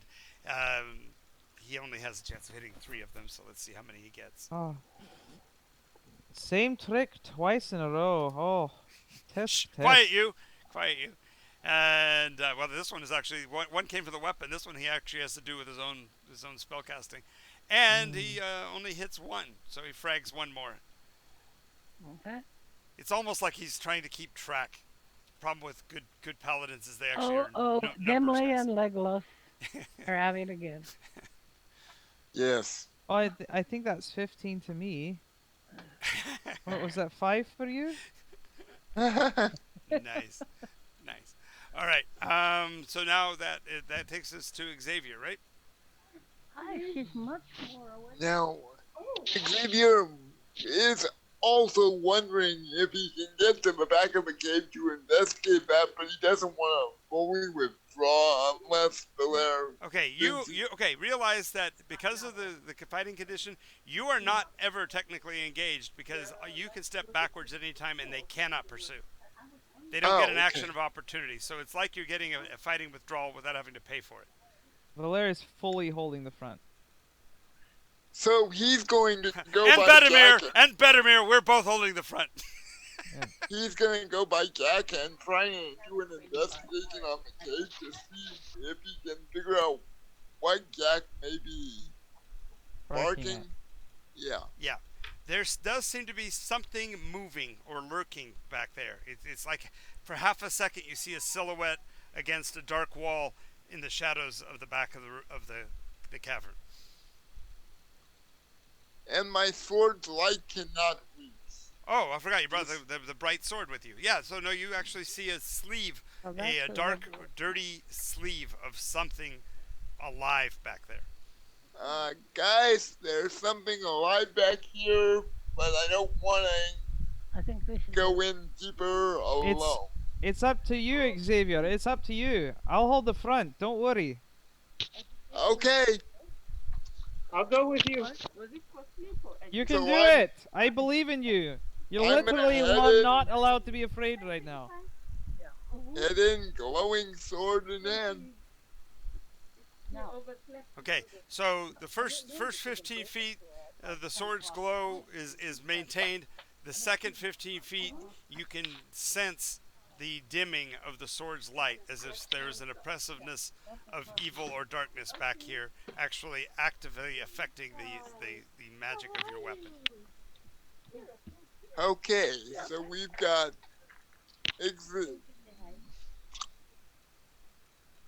I mean, in meta, I know it's some sort of magical darkness effect, but I guess Xavier would be intelligent enough to guess that. So you're going to do something that hasn't happened in D&D and Nycos in probably 15 years. You're going to attempt to disbelieve an illusion. Is that what I'm hearing? Sure, why not? Why Jeez. not? Make your intelligence check, smartass. I don't believe Nobody ever sees through my illusions. What are you doing? I'm just saying, you should never ask that question. If you figured out that it's a magical darkness, your character has. That's true. Never ask, is my character smart enough to have figured that out? No. He is. so. That would be an 18 to disbelieve. Yeah. So basically, what it was is somebody tried to cast a cantrip illusion. Was it not prestidigitation? Minor illusion? Minor illusion to make you feel like the sword's brightness was dimming. So it was no effect on the sword at all. It's just that your eyes were being affected by the illusion of darkness. So you're like literally you shake your head and the sword blade flames back to full brightness. No. I say to the general. Into the darkness he goes, no. That's very funny. That's totally a Xavier thing to do. No. Don't mess with me. So you're charging on into the darkness? Going after the shadowy figure? Magic Not missile. exactly charging.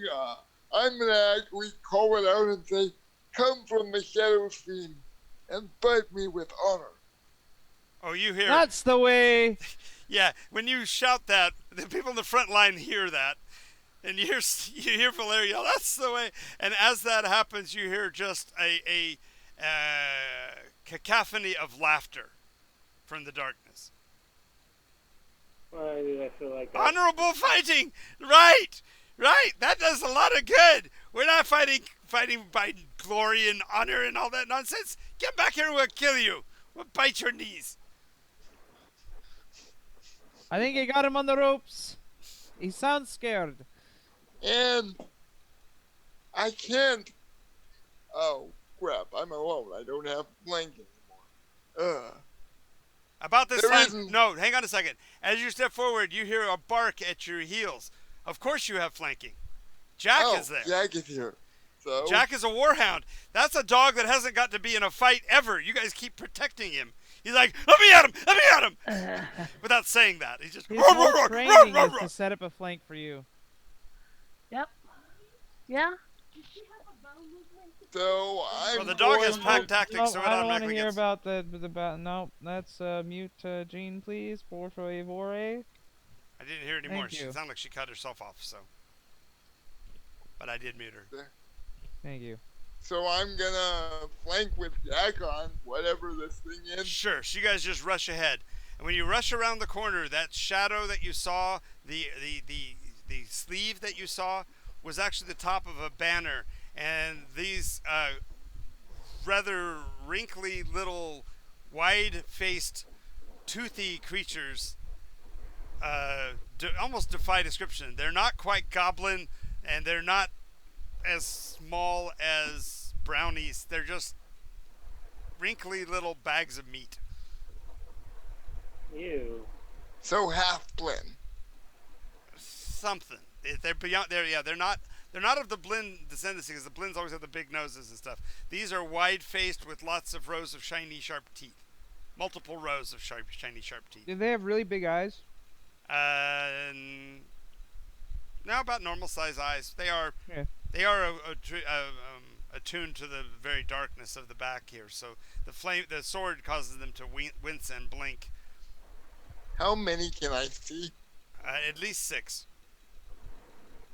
And Okay. there's a kind of a jag in the tunnel. So more than likely the laughter you heard came from around that corner. So there's probably a lot more. Yeah. I'm debating whether I want to sunbeam the 6 I can see or. That would take a plus off the weapon forever, though. Oh, mine doesn't reach. Oh, you're gonna use the No, spell. they Okay. recharge. Yeah, they do recharge. Yeah, but I'm just Like- saying for the fight, it'll go from a +5 to a +4. Yeah, I'm willing to take that. Okay, so you're gonna So- sunbeam to 6 of them.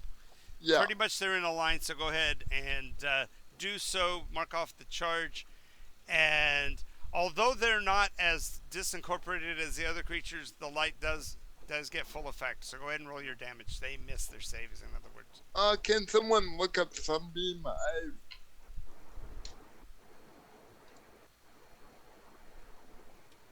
just need to know what I'm rolling. Just a second.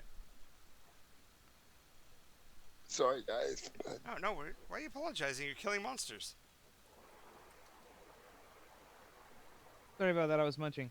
5 foot wide, 60-foot lion. Make con saving throw. They take 68 radiant damage, and it's Holy blinded crap! until your next turn. Holy crap! 68. Yeah, it's like, I don't know what this weapon does. What does this do? This button here. Whoosh! There's a wall of light that beams out from you, 5 foot diameter, just burns right through them. Just they scream, and basically the pieces of them that are left fall to the ground. There's like boots standing there steaming. Oh, and undead and oozes have disadvantage on the saving throw. Yeah, well, they're not undead, but just the sheer amount of damage you just did to them just frags them. Just 21 damage. So oh god, yes. There's 6 little piles of ash in the shape of whatever they were, and then the dust falls. You know what I'm saying? You just burn right through them like the cartoon version, just whoosh. anybody else want some? As the light fades, you go, oh, that's cool. As the light fades from the beam, you go, anybody else want some? And you hear, ah, run away, run away! And you hear beat feet down the hallway away from you. Run away! Are you gonna do the Harrison Ford, Han Solo, you and Jack chasing them? Because you did break their line right there. Yeah, I'm gonna Okay, so he and Jack go bolting off down the tunnel.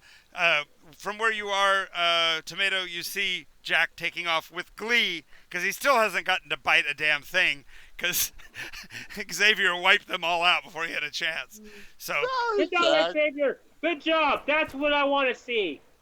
okay, Make so sure you- Xavier vanishes down the hallway. I'm coming. I'm running with him. All right, so you're gonna chase down. When you get around the corner, you see that Jack has taken enough time to stop and chew on one of the bones just to show his dissatisfaction. So he's grabbed one of the ankles and he shakes it around a bit and then throws it against the wall and takes off running. So you'll be able to stay in sight of Xavier as he pounds further down into the tunnel. It's back to Mooncat. That's terrifying. I see like a big old gorilla with just one hand holding the sword aloft, but the other 3 just like doing the gorilla like charge. Yes, the 3-legged pound down the hallway as fast as he can go. Okay, she moves to the nearest target and does a sweep the Once other again, way. sweeping from the other side now. Backhand swing. Go ahead, roll to hit with advantage still. Okay, I got a natural 20. Oh, jeez.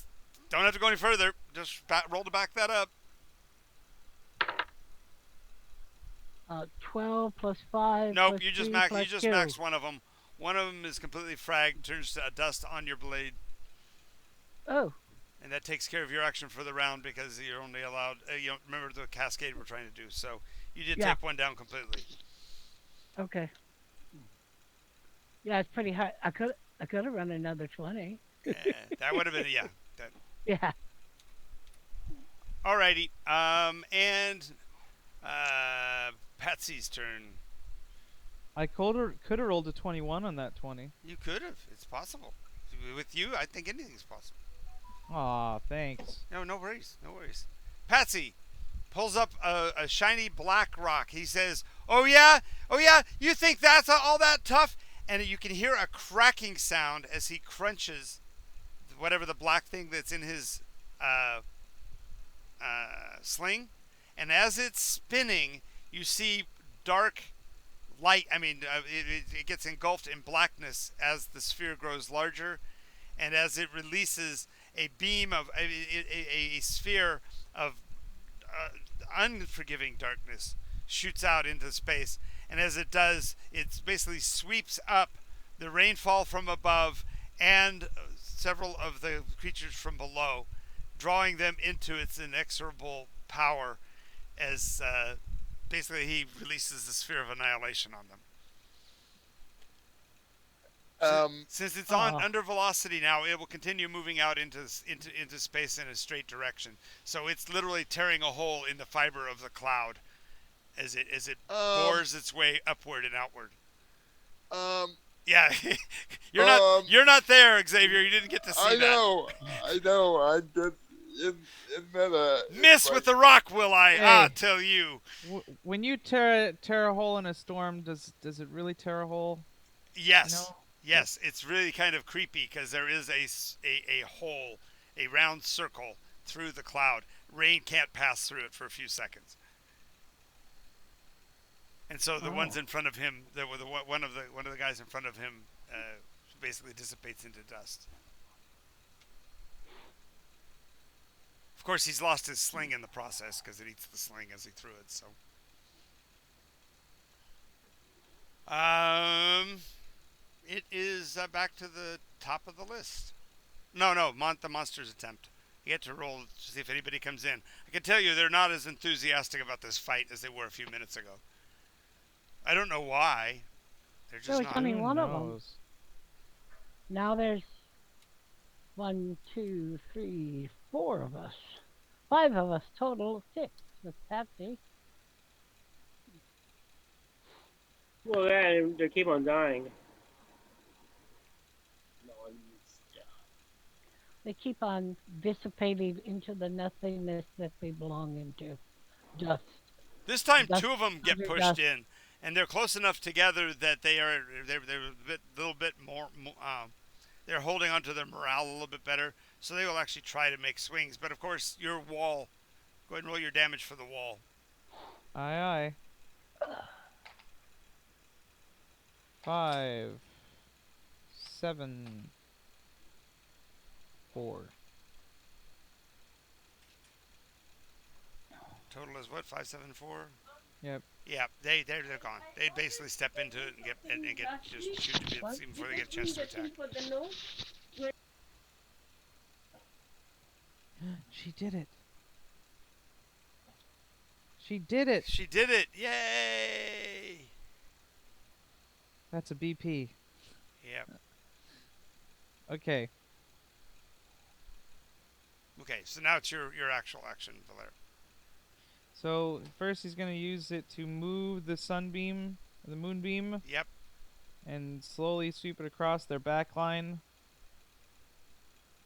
Well, you find that the thing that's kind of spooky is that the formation that's up against you guys is only one of there's a secondary area that you can sweep across the front of, or you can sweep across the back of the ones that are facing you now. It's kind of like a gap has formed.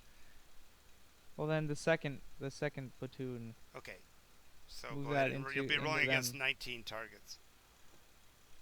Good God. Yeah, like I said, they're so close together you can't even stop them. I mean, you can't even. So 2d10. 11 damage. Okay, it sears them and burns them. They do try to fall back, but again, they're being pressed so hard by the ones in front of them that you did 18 damage, 11. 11 damage. Okay.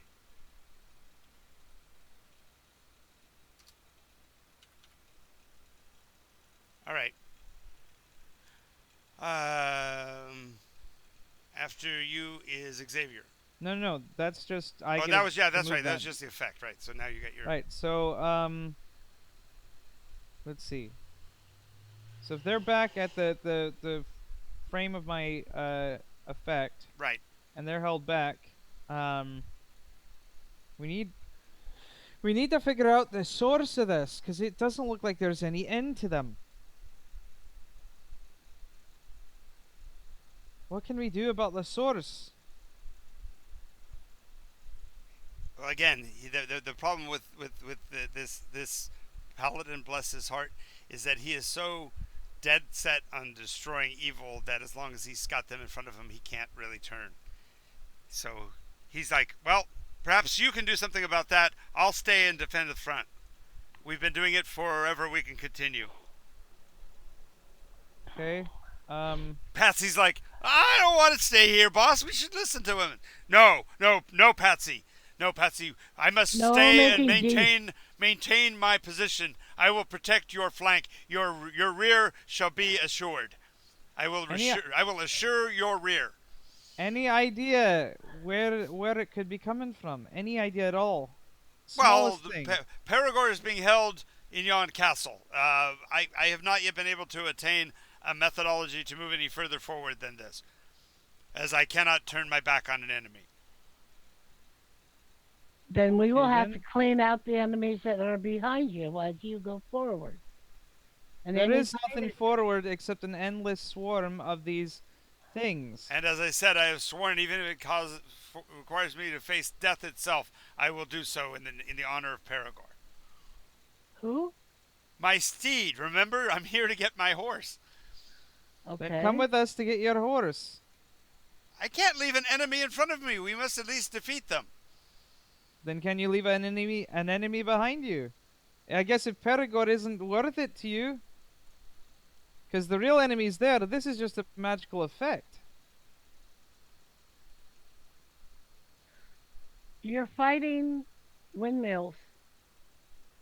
Hey, Ahe- don't knock windmills. There's an advantage to fighting windmills. Windmills are good. Now he actually is adamant that he will stand and defend this place, so you have a way to return should you face danger. If you do find where Perigord is, do what you can to gain his freedom, and if that's the case, my life will have been justly forfeit. It makes no sense. It really doesn't.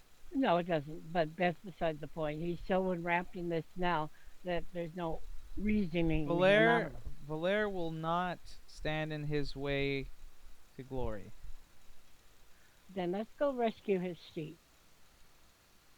Hopefully, we can rescue the steed before he We gets his lose him. glory. Understood. So Valer will, what can I do? What can I do? Something to back him up while we're gone.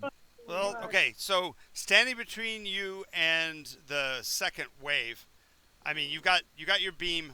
It's going to stay wherever you leave it because it won't move without you being able to be here to control it.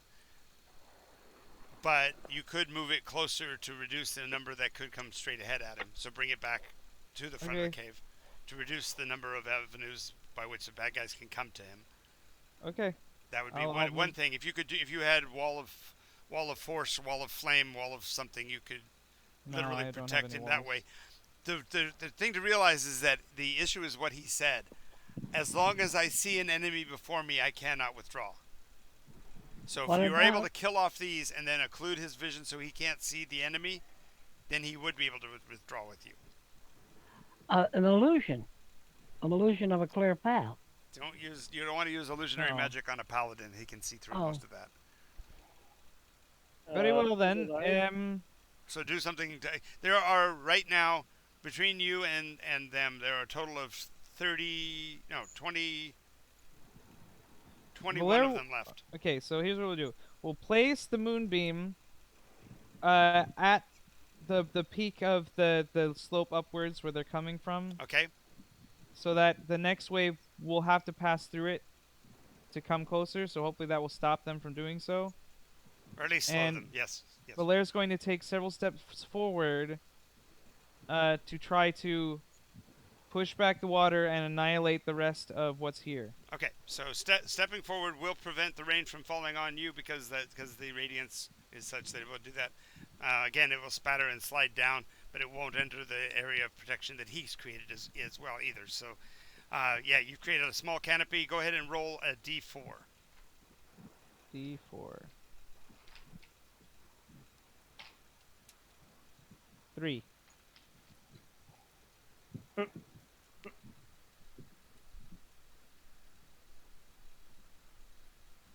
Okay. So, from 21, you're down to 17. Or 16. I'm sorry, 18. You took out 3 of them when you stepped forward. Okay, so then my one action is I'm going to try out the new breath weapon. Oh, nice! Okay, so instead of being a beam like your original, you can choose beam or cone. Well, I know that for a young dragon, the damage is a D10, and it can range from being 6d10 to 10 or to 11d10 for lines. Mm-hmm.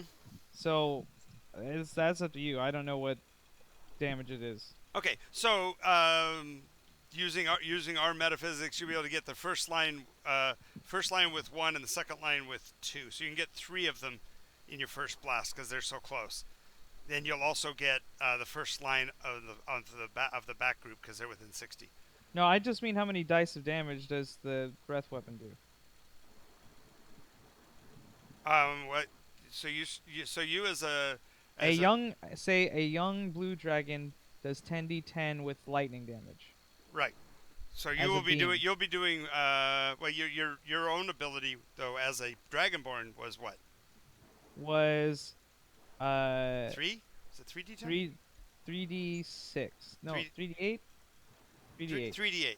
So let's compromise and make it 5d10. Okay, sounds good. And you get to add +1 because this is light against darkness. This is really the very opposition. So Okay, plus so 1 on each die. 5d10. 5d10 plus 5. What's a d10 look? Oh, it's percent now. It's, 7, 8, 9, 10, 11, 12, 13, 14, 15, 16, 17, 18. And the last one's a 10. 28. Good thing you had that 10 on the last one. That's what okay. And then 28 plus 5. that's 33. So out of the first rank you'll take 2. And I'm doing that as a line, so Yep. 60-foot line. Out of the next one would be 3. So that's and out of the final line that would be 6. So you took out half their front line of the second wave. You took out 5 more, so there's only 6 left.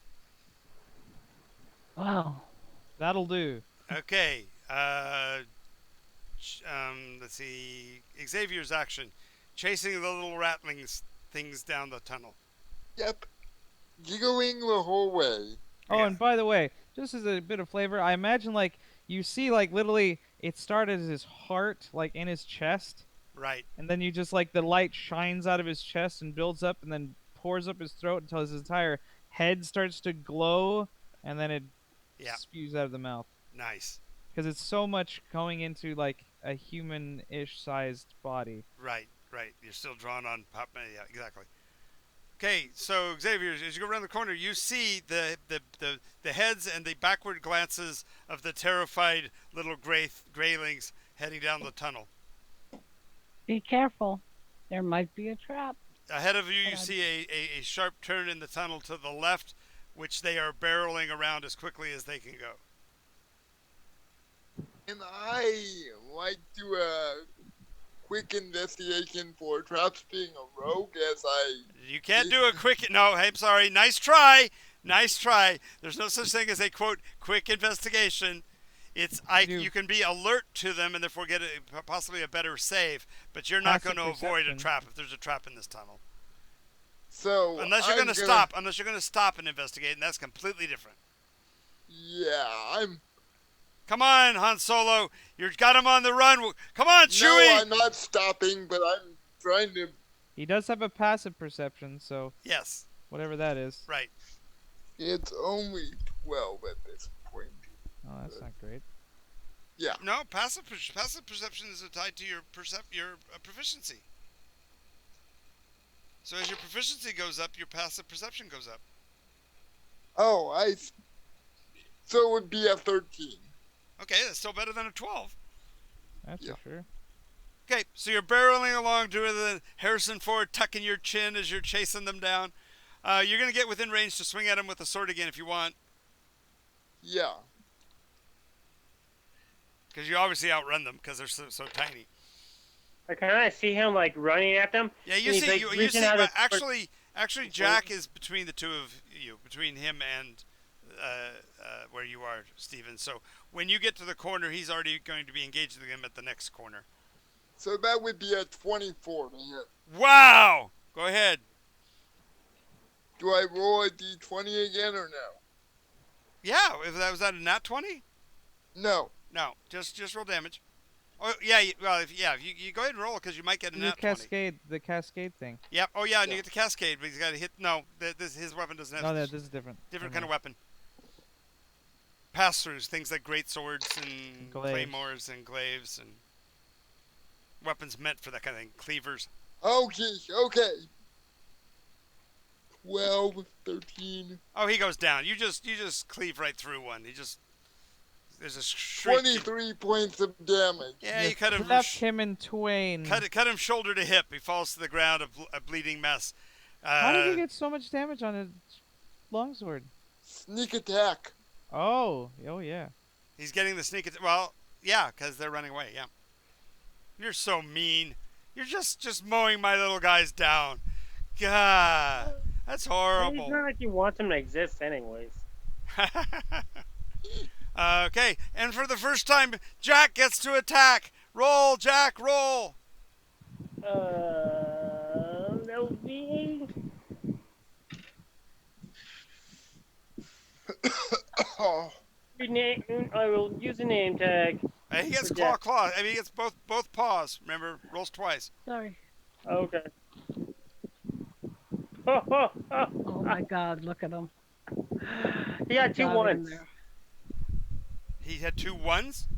Okay, all that means is that he was so excited that when he saw the grayling fall in front of Xavier, he stops to chew on its remains.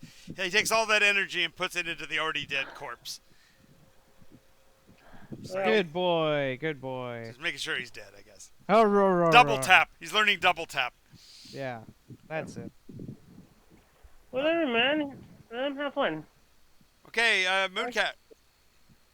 Okay. what- Another Okay, wide so for arcing. clarification, they would have translated this to you. It's Nothing. Mooncat. It's been transmitted to you by Valer and Bedimir that you're trying to clear this wave of beasts. There's only 6 left, so you Yeah. need to try to kill those 6 or try to get into as many of those as possible. So you'll You have say to it- arguably shoot them. you'll have to step into the aura effect of Blair. Valer in order to be able to get out there to get them. Are you gonna be in here for a while? I'll go. No, Yeah. because if you're gonna be in here for a while, I'm gonna go take a nap. I hate to mute her right then because she's really talking. Okay. Sorry. It's okay. I had to move where I was because I was uncomfortable. No worries. I'm going to wide arc. Yep. Roll to them. hit.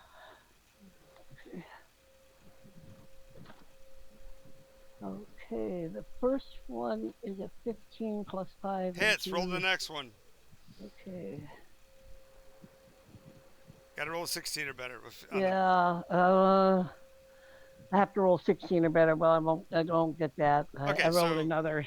So another one goes down. Okay. There are 5 left. Okay. She twirls the glaive theatrically. Yes. All right. Bedimir steps to her side, pushing the darkness a bit as he makes his attack, and he calls upon the power of Nimbus. And where's my die roller? I need my die roller. Rolls with a smite. 19 plus a lot. So again, there's going to be a thundering sound wave. Rain effect's not going to be nearly as broad because he's not nearly as impressive as Valer. He's just trying so damn hard. Honestly though, who could be, right? Right. And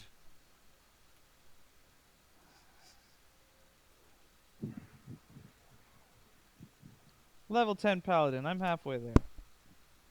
yes.